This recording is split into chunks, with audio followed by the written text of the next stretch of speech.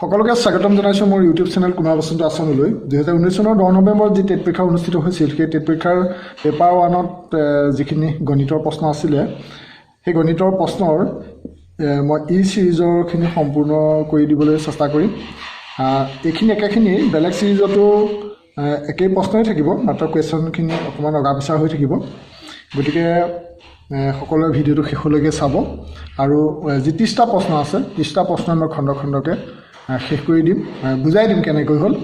আগন্তুক যি central TET বা অন্যান্য প্ৰতিযোগিতামূলক পৰীক্ষা আছে সেই পৰীক্ষাসমূহৰ কাৰণে এই প্ৰশ্নখিনি খুবেই প্ৰয়োজনীয় হ'ব আৰু যিসকলে পৰীক্ষা দি আহিছে সেইসকলৰ আচলতে উত্তৰটো কেনেকুৱা হৈছে না হোৱা চাব পাৰিব নহয় জানো এতিয়া মই 31 নম্বৰ প্ৰশ্নটো লৈছোঁ প্ৰশ্নটো হৈছে যদি এটা ত্ৰিভুজৰ প্ৰতিটো বাহুৰ মাপ ত্ৰিভুজটোৰ পৰিসীমাৰ 1/3 সমান হয় ত্ৰিভুজটোৰ প্ৰকাৰ কি সমদ্বিবাহু সমকোণী সমবাহু আৰু বিষম বাহু এই প্ৰশ্নটোত ইয়াতে যিটো দি থৈছে সেই কথাটোৰ পৰা উলিয়াব লাগিব 1/3 সমান হয় বুলি কৈছে যে প্ৰতিটো বাহুৰ মাপ পৰিসীমাৰ 1/3 সমান এই কথাটোৰ পৰাই গোটেই উত্তৰটো উলিয়াব লাগিব যে আমি যদি চাওঁ সমদ্বিবাহু সমকোণী বা সমবাহু বিষম বাহু এই 4 প্ৰকাৰ ত্ৰিভুজ ইয়াতে দি দিছে সমবাহু ত্ৰিভুজৰ ক্ষেত্ৰত কি হয় এটা এটা সমবাহু ত্ৰিভুজ হ'ল যদি এডাল বাহুৰ মাপ যদি 2 সেন্টিমিটাৰ হয় তাৰ পৰিসীমাটো কিমান হ'ব 6 সেন্টিমিটাৰ হ'ব তাৰমানে বাহু তিনিডালৰ মাপ যোগ হ'ব সেইটো হ'ল পৰিসীমা যে এফালে 2 সেন্টিমিটাৰ এফালে 2 সেন্টিমিটাৰ এফালে 2 সেন্টিমিটাৰ কিমান হ'ব 6 সেন্টিমিটাৰ হ'ব ইয়াৰ পৰা আমি এইটো কথা বুজিছোঁ যে সমবাহু ত্ৰিভুজৰ ক্ষেত্ৰত এডাল বাহুৰ মাপ যিমান হ'ব তাৰ পৰিসীমাটো সদায় তাৰ 3 গুণ হয় আকৌ সেই কথাটোকে আমি ওলোটাকে ক'লে কি হ'ব যে পৰিসীমাটো যিমান হ'ব আৰু বাহুৰ মাপটো কিমান হ'ব তাৰ 3/1 হ'ব অৰ্থাৎ এডাল বাহু দুডাল বাহু তিনিডাল বাহু এইটো টোটাল কিমান হ'ল 6 সেন্টিমিটাৰ হয় গতিকে এই পৰিসীমাটো যি হয় তাৰ 3/1 কি হয় এডাল বাহু হয় গতিকে ত্ৰিভুজটোৰ প্ৰকাৰ কি হ'ব সমবাহু নিশ্চয় ভালকৈ বুজি পাইছে যিসকলে প্ৰশ্নটোৰ উত্তৰ কৰিব পৰা নাছিল যে সমবাহু ত্ৰিভুজৰ ক্ষেত্ৰত সদায় এডাল বাহুৰ মাপ পৰিসীমাটোৰ 3/1 আৰু সেই 3/1টোকে আমাক কি বুলি কয় 1/3 বুলি কয় ঠিক আছে এবাৰ মই পিছৰ প্ৰশ্নটোলৈ আগবাঢ়িছোঁ 32 নম্বৰ প্ৰশ্নটো স্ক্ৰীনত দেখুৱাইছোঁ যদি কোনো এক বাছনি পৰীক্ষাৰ বাবে 200 জন শিক্ষাৰ্থীয়ে আবেদন কৰে আৰু 180 জন পৰীক্ষাত অৱতীৰ্ণ হয় তাৰ মাজৰে মাত্ৰ 70% পৰীক্ষাৰ্থী উত্তীৰ্ণ হয় তেন্তে পৰীক্ষাত অনুত্তীৰ্ণ পৰীক্ষাৰ্থীৰ সংখ্যা কিমান অপশ্যনকেইটা দেখিছে 68 54 58 আৰু 65 আছে এতিয়া এই প্ৰশ্নটোত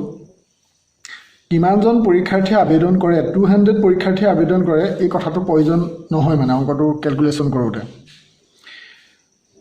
কিমানজন অৱতীৰ্ণ হয় সেইটো লাগিব 180 কেণ্ডিডেট কি হৈছিলে পৰীক্ষাত অৱতীৰ্ণ হৈছিলে মানে পৰীক্ষা দিছিলে 180 কেণ্ডিডেটে তাৰ 70% উত্তীৰ্ণ হয় মানে 180ৰ ভিতৰত 70% পাছ কৰিছে অনুত্তীৰ্ণ পৰীক্ষাৰ্থীৰ সংখ্যা কিমান এইটো তেনেই সহজ প্ৰশ্ন এনেধৰণৰ প্ৰশ্ন মোৰ চেনেলত আগত আলোচনা কৰিছিলোঁ যে 70% যদি উত্তীৰ্ণ হয় অনুত্তীৰ্ণ কিমান হ'ব 30% এইটো দেখকৈ ওলাই পৰে যেতিয়া কোনো এটা পৰীক্ষাত 70%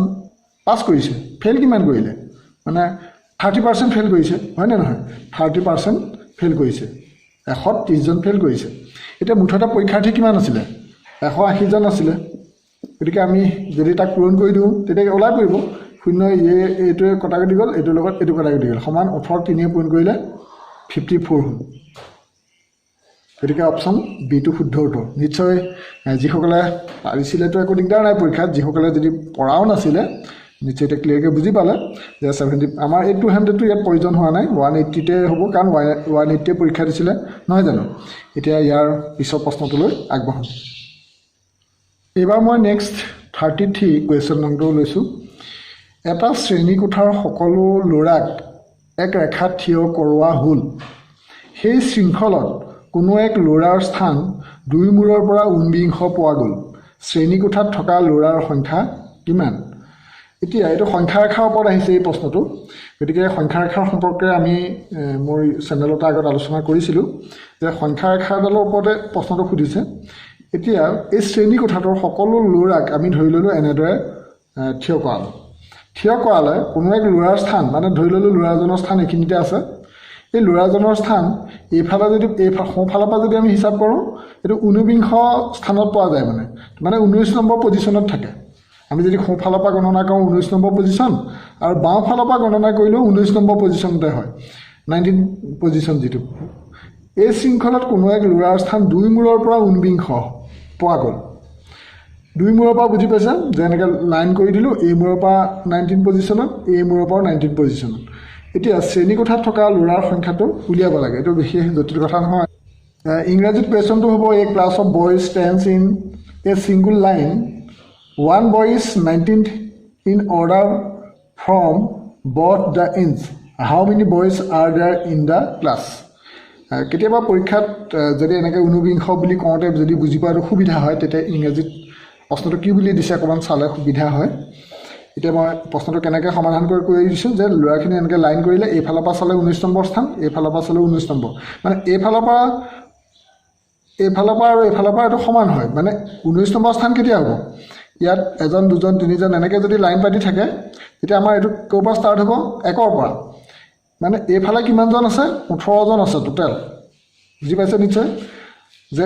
এইফালৰ পৰা গণতি কৰোঁতে 19 নম্বৰ স্থান তাৰমানে ইয়াৰ আগত 18জন আছে আৰু এইফালৰ পৰা গণনা কৰিলেও এইজন 19 নম্বৰ স্থান হয় মানে এইফালৰ পৰা কিমানজন আছে 18জন আছে গম পাইছে যে এই যিজন ল'ৰা এইখিনিতে আছে মিডিলতে সেই ল'ৰাজনৰ পৰা আমি যদি বাওঁহাতে হিচাপ কৰিম তেতিয়া 18জন পাম আৰু সোঁহাতে হিচাপ কৰিলেও 18জন পাম তেতিয়াহে তেওঁ 19 নম্বৰ পজিশ্যনত হ'ব গতিকে আমি এতিয়া হিচাপ কৰোঁ যে মুঠতে ল'ৰা কিমান আছে এইফালে 18 এইফালে 18 2 18 কিমান হ'ল 36 হ'ল আৰু মাজৰ ল'ৰাজনৰ সৈতে কিমান হ'ল 37 গতিকে অপশ্যন বিটো হ'ল শুদ্ধ উত্তৰ 18 18 36 36ৰ লগত ল'ৰাজন যোগ কৰিলোঁ 37 হ'ল নিশ্চয় সকলোৱে বুজি পাইছে এবাৰ পিছৰ প্ৰশ্নটোলৈ আগবাঢ়িছোঁ নেক্সট 34 নম্বৰ কুৱেশ্যন নং 34ত যদি আমি চাওঁ প্ৰশ্নটো হৈছে যদি এটা সংখ্যা 35% বঢ়ালে তাৰ মাপ 189 হয় 189 মানে তেন্তে সংখ্যাটো হ'ব 120 130 140 আৰু 150 এইটো কিমান নম্বৰ কুৱেশ্যন নং 34 এতিয়া সংখ্যাটোৰ 35% যদি আমি ইনক্ৰিজ কৰোঁ তেতিয়া তাৰ মানটো কিমান গৈছে 189 আৰু এই কুৱেশ্যনটো ইংৰাজীত হ'ল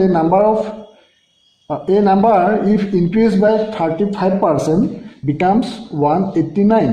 then the number is বিশেষ কথা নহয় যে 35% বঢ়োৱা মানে 35% বঢ়োৱা মানে কি বুজি পাম যে 100ত বৃদ্ধি পাই পেলাই কিমান হ'ব 135 হ'ব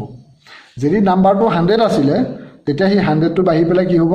135 হ'ব হয়নে নহয় এতিয়া সংখ্যাটো কিমান বঢ়াব লাগে সেইটো কোৱা নাই যে কোনো এটা সংখ্যা ধৰি ল'লোঁ x এটা সংখ্যা তাক বঢ়ালত কিমান হ'ল 189 হ'ল মানে এই সংখ্যাটো বাঢ়ি পেলাই 189 হৈছে বুজি পাইছে এইখিনি অকণমান ক্লিয়াৰকৈ যিসকলে উত্তৰ কৰিব পাৰিছে দিগদাৰ নাই হয়তো বহুতো এইটো খেলি মেলি লাগিব পাৰে আৰু আপোনালোকক মই এইকাৰণেও বুজাই দিছোঁ যে কেৱল হৈ যোৱা টেট পৰীক্ষাটোৱেই নহয় আৰু বহুতো প্ৰতিযোগিতামূলক পৰীক্ষা আছে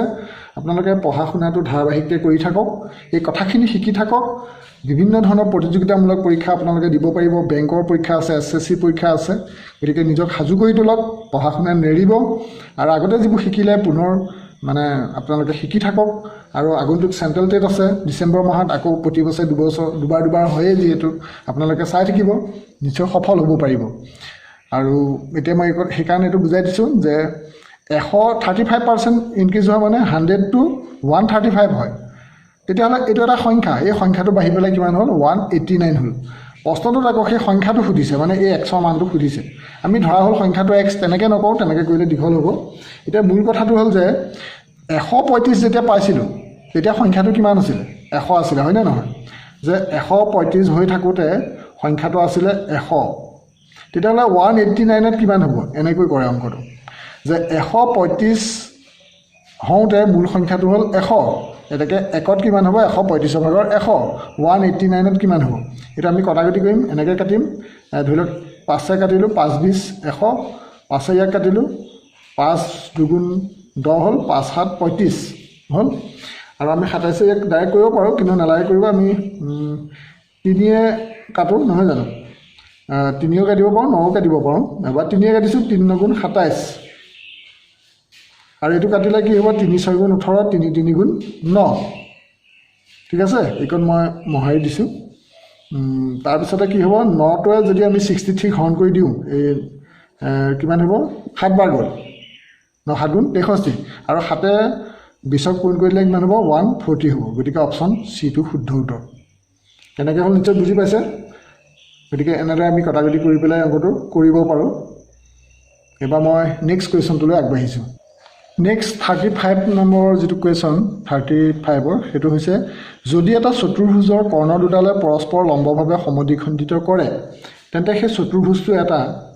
কি হ'ব ট্ৰেপিজিয়াম ৰম্বাছ সামন্তৰিক আৰু ওপৰৰ এটাও নহয় এইটো জ্যামিতিৰ আচলতে এটা ধৰ্মই আছে ৰম্বাছৰ এটা ধৰ্ম আছিলে কি যে ৰম্বাছবিলাকৰ সদায় কৰ্ণ দুটালে লম্বভাৱে সমদ্বিখণ্ডিত কৰে মই আগৰ ইয়াৰ মোৰ যি স্পেচিয়েল ক্লাছ বা জ্যামিতি সম্পৰ্কীয় মই ক্লাছ দিছিলোঁ তাতে মই সেই কথাটো আলোচনা কৈছিলোঁ এইটো কথা যে ৰম্বাছৰ কৰ্ণ দুটালে সদায় পৰস্পৰ লম্বভাৱে দ্বিখণ্ডিত কৰে তাতে মই দুডাল মানে কৰ্ণৰ মই মাপৰ কথাও দিছিলোঁ মাপৰ লগত জড়িত অংকও দিছিলোঁ তাকে এইটো সহজকৈহে সুধিছে এইটো ইমান জটিলকৈ শুনা নাই ইয়াতকৈ আমি ইয়াকো টান কথাই আলোচনা কৰিছিলোঁ যে ৰম্বাছৰ কৰ্ণ দুটালে যে পৰস্পৰ লম্বভাৱে সমদ্বিখণ্ডিত কৰে সেই কথাটো মই আগৰ মোৰ স্পেচিয়েল ক্লাছত যি জ্যামিতি আলোচনা কৰিছিলোঁ বা মক টেষ্ট দিছিলোঁ তাত এইবিলাক আলোচনা কৰা আছে গতিকে উত্তৰটো হৈছে ৰম্বাছ এইটো নিয়মেই যে ৰম্বাছৰ সদায় কৰ্ণ দুটালে ৰম্বাছ মানে কি মই অকণমান দেখুৱাই দিছোঁ এই বাহু চাৰিডাল সমান হয় মানে ৰম্বাছৰ ক্ষেত্ৰত এই বাহু চাৰিডাল সমান হ'ব মানে মাত্ৰ কোণবিলাক 90 ডিগ্ৰী নহয় আৰু যেতিয়া আমি তাৰ কৰ্ণ মানে এইকেইডাল এয়া দেখিছে কৰ্ণ এই কৰ্ণডালে কি হয় ইডালে সিডালক সমানে